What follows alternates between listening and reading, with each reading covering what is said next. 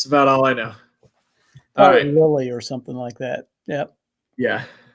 All right.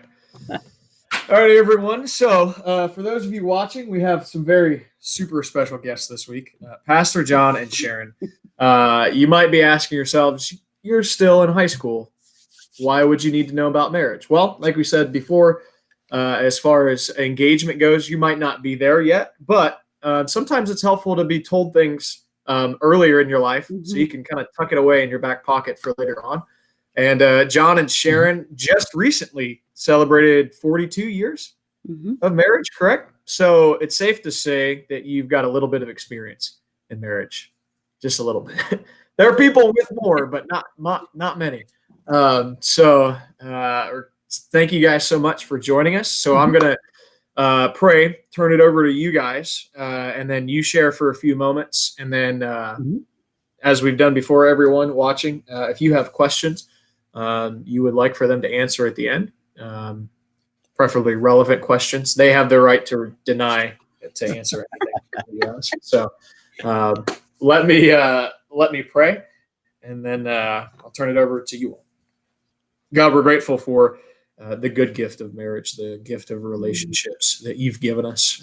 We're grateful that in this way you have allowed us to reflect your relationship with us between Christ and the church. And so pray that you would speak to us now through John and Sharon. Thank you for them and their faithfulness in ministry and in marriage that we can glean from in this time. So pray that you would give them the words to share, that you would give us eyes to see, ears to hear, and hearts that are soft to receive your word for us in this time. We pray these things in Christ's name. Amen. Amen. So it's all yours. Okay. Well, just thought I'd let you know a little bit about how we met. We were both 19 at the time. I was in my sophomore year at college. Sharon was a freshman. She started a year behind me, even though we graduated the same year. She took a gap year working. And so when we met, of course, we kind of knew like what we were looking for in a spouse, a potential spouse. Not that we wanted to get married right away, but when we met each other, and this was on both at the top of both of our lists, and that was we wanted someone who was thoroughly committed to Christ, and someone who would not drag us away from our commitment and relationship with Christ, but someone who kind of push us toward Christ. And now some of you know, or maybe you don't know, we were Bible college students. So, well, I mean, every girl at the college should have fit that bill, right? Well, not really. I dated a couple my freshman year, but Sharon was special. When we first met, she told me, and this impressed me, that she thought God was leading her to be a missionary to Spain. And I surprised myself because when I got back to the dorm and some of my guy friends said, "Hey, how was that date with Sharon Petrowski?" I said, "Well, she said she wants to be a missionary to Spain, but I'll change that." Because I had no inkling that God was calling me to be a missionary to Spain. And so we actually dated for probably 6 months, and then we actually got engaged. And then it was a long engagement just because of where we were in our education, and just because my dad said I had to graduate before we got married. And so I honored him in that. My dad was a man of few words, but when he spoke, we listened. So that's how we met. And over the years, we've learned a lot, and we still are learning. We haven't arrived. Right. But there are some things we kind of batted back and forth as well as what's helped us.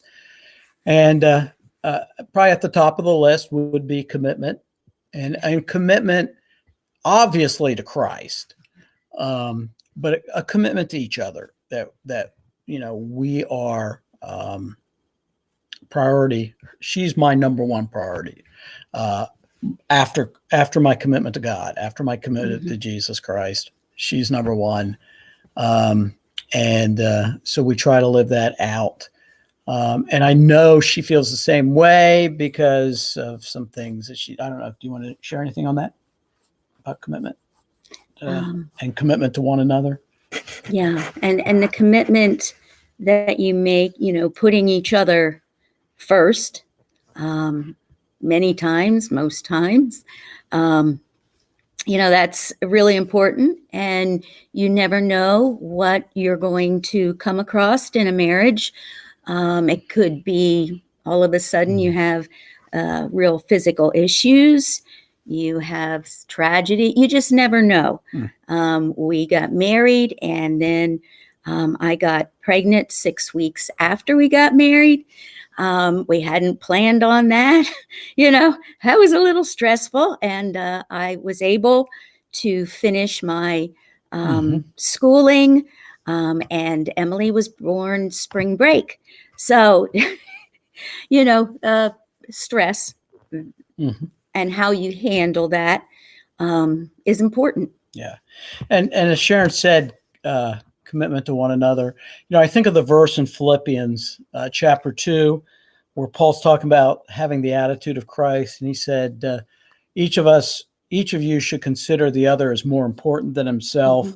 Look not to your own interests, but also to the interests of others. And then he goes on and he gives the example of Christ.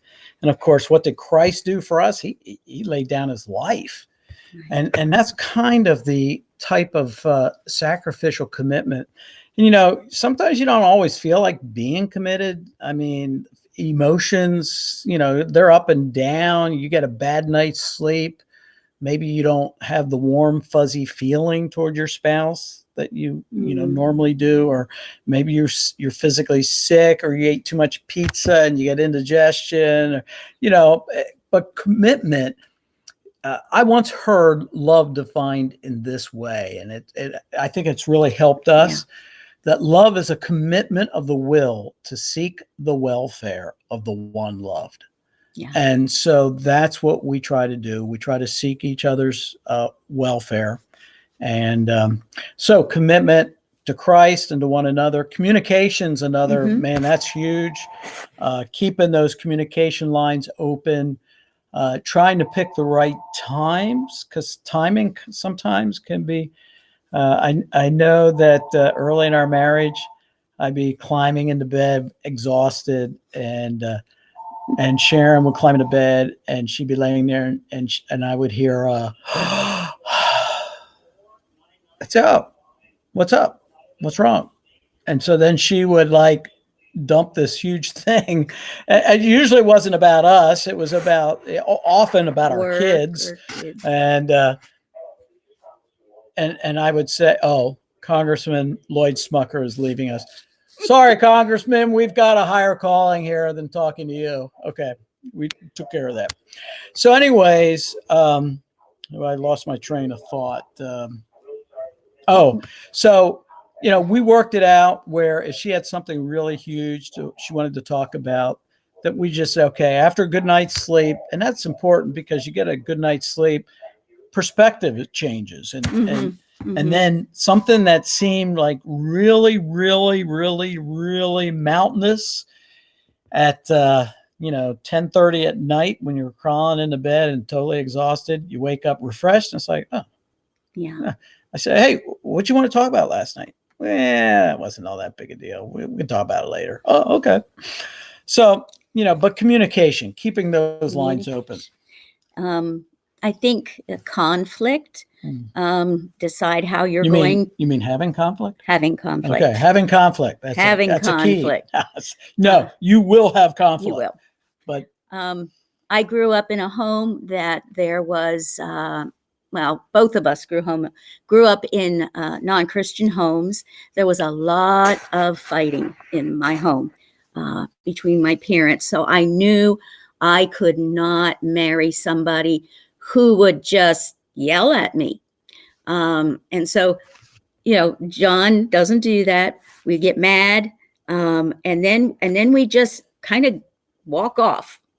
and we settle down, we pray about it, and then one or the other of us comes back in, usually says they're sorry, and then we talk about it.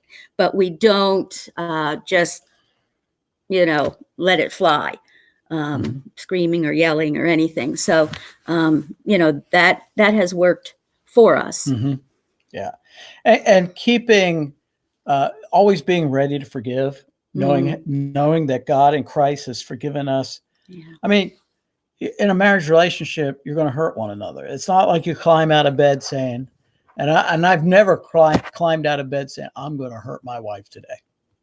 But inevitably, because I'm still a work in process, I'm still a broken person, I still sin, I end up hurting her, and she ends up hurting me because she's not perfect. She's more perfect than I am, but so it's just a matter of being willing to forgive, because Christ has forgiven us of far greater offenses over and over again. We've wronged him far more than Sharon and I will ever wrong each other in this life.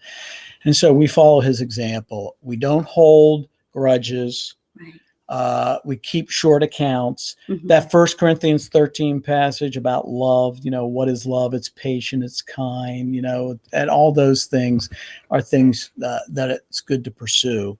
So we try to keep short accounts and resolve conflicts. Right. I mean, you don't want to let the sun set on your anger. That's a biblical principle. Sometimes you can't always work it out before the day's over, but you can.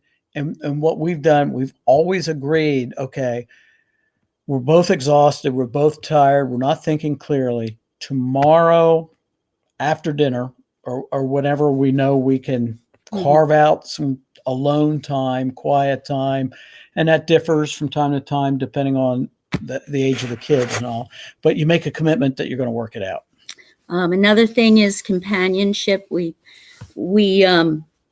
just enjoy one another's company. We're different personalities, but we complement each other. Yeah. One thing I was looking for in a husband was someone that I could respect, someone that I could feel like, okay, if it came down to it, I would trust him to make the ultimate decision. Now, most of the time, we're on the same page. There have been a few times where I've had to just say, okay, I trust you, we disagree, but you are the head of the home. Christ has put you there. You are responsible. And then I just trust him for that. But most of the time, we're on the same page. Yeah. I mean, one time I can think of when we lived in Pittsburgh, she thought it'd be really cool. Someone was selling or giving away this monstrous upright piano, thinking that our little kids would like to play piano. And I just took one look at that thing and I thought, well, there goes my back. And I thought, and where are we going to stick that in our house? So, yeah, but yeah, submitting, you hear a lot, wives are told to submit to husbands, but husbands, Ephesians 5:21, Paul says, submit to one another in the fear of Christ. So submission is not something that a husband is to carry around with like a sledgehammer or a whip, and wife gets out of line, then pull that out. But no, the husband is supposed to love his wife as Christ loved the church. And wow, when you think how did Jesus love the church? He died. He bled for the church. So for us husbands, boy, that is an incredible calling. Yeah. When you're dating, watch that person and see how they react to their parents, how they react to others. Do they talk behind their back? Are they respectful? You get a sense of what they might be in the future. Yeah. And also too, stress is something, one of the big marriage killers is debt. So I'm not going to get into, budget counseling here on this live stream, but it's just important from the very get-go that you in the early years of your marriage, you don't spend more than you take in. We never had that problem because we never had a lot of money. But God's been good to us. Yeah. But you just want to make sure and being connected with a local body of believers in a church. I mean, that's never been a problem for us because, all of our married years, except for one, I have worked on a church, right? Mm-hmm. Yeah. Yeah. Except the first year. Right. So 2 years. Okay. First year I worked in a law firm and Center City, Philly. And in our third year of marriage, we were house parents together. Yeah, in that Christian was home. stressful. So, yeah. But all those other times we've been part of a church, and that's really helped our marriage too. So, so I guess that's we want to leave some time for questions. Again, we don't have all the answers, but we're happy to share what little we've learned over the years.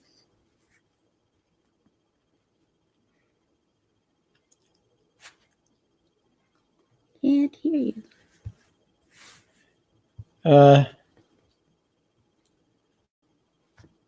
I'm still muted. There we go. I'm back now. I'll unmute myself. So if you've got questions, Bethany had one there. What is one this you are glad? What's one piece of advice? One thing. That's okay. What's one thing you're glad someone told you, or something you wish someone would have told you before you got married? So something that maybe somebody told you before you got married, or something you wish you would have been told.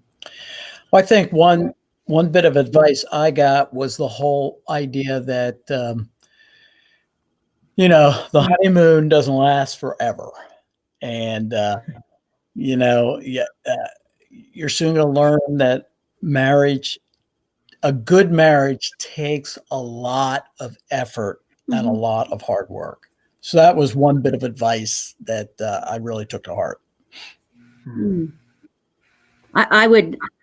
We didn't have really good counseling. Yeah, won't go there, but we always suggest that you get good marital counseling before you get premarital counseling is phenomenal, because a lot of these issues, that might not even come up, are dealt with, like money issues, etc., communication. Yep.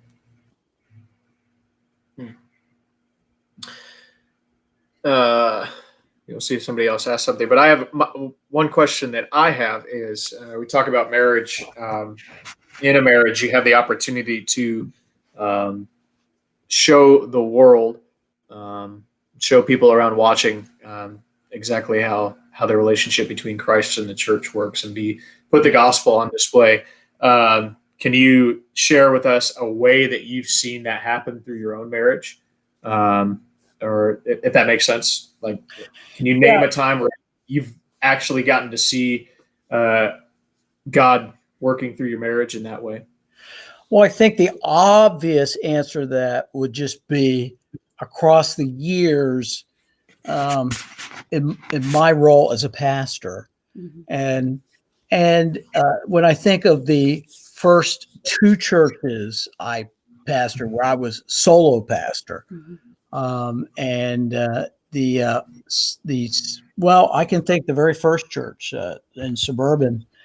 We had a couple young couples come into the church, because when we got to this church, it was like, I don't know, 45 people, I think, and probably the vast majority were, probably age 50 and up. And but some young couples came in, and we kind of took them under our wing, and I think we were able to show them an example of a godly marriage. Yeah.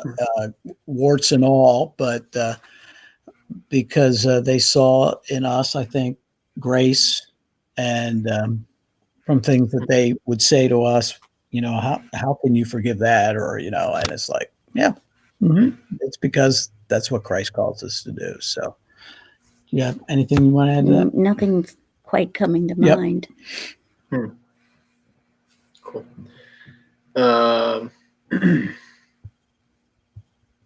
right, I'll ask, I think, one final parting question here, and let you guys go. If you had one thing, I'd love for each of you to share this. If you had one thing that you would share to younger people, look at whether they're dating now or trying to start dating, what's the one piece of advice you would give someone in trying to decide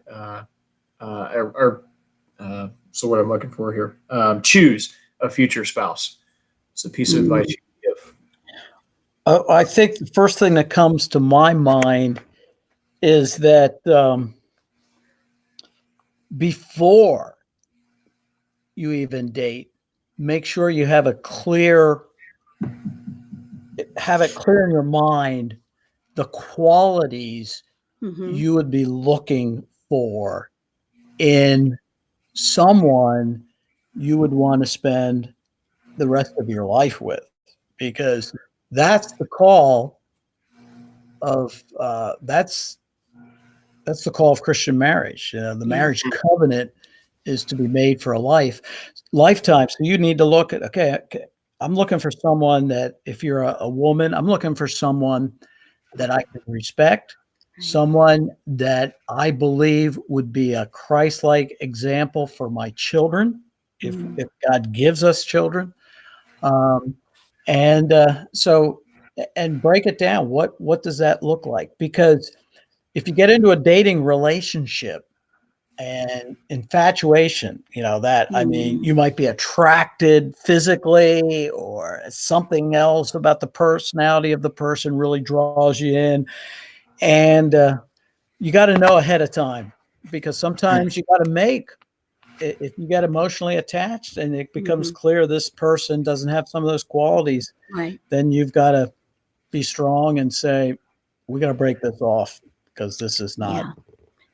We both had our list of character qualities, and it wasn't, oh, well, I'd really like this guy who's tall, dark, and handsome, or, it wasn't any of those physical things. Well, she got handsome, but, not tall. Yeah. Sure. Yeah. And time.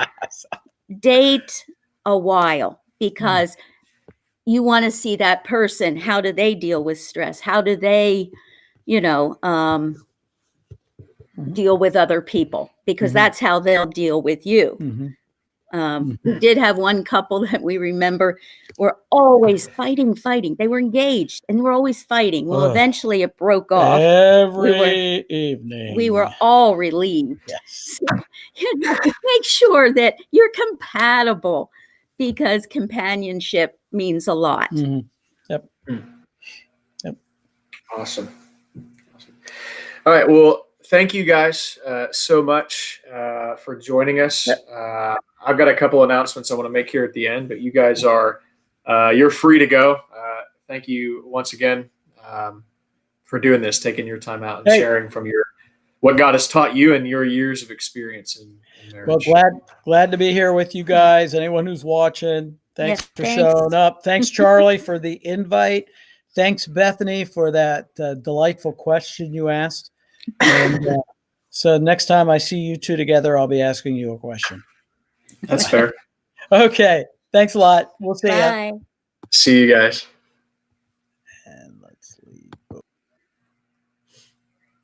Okay, guys. Hopefully that was beneficial for you. So grateful for John and Sharon, and just the way that they've faithfully followed Christ and done that together. And hopefully you have not just them, but other examples in your lives of a godly marriage and a marriage built on Christ. And so just super thankful for them, and even the way they poured into Bethany and I as we've just getting started, and them sharing with us. So Next week, we're actually going to wrap up this series. Man, it seems like it went by quickly. The hope is next week will be at least our last live stream in this setting. Hopefully in June, we can begin meeting together. So pray for that.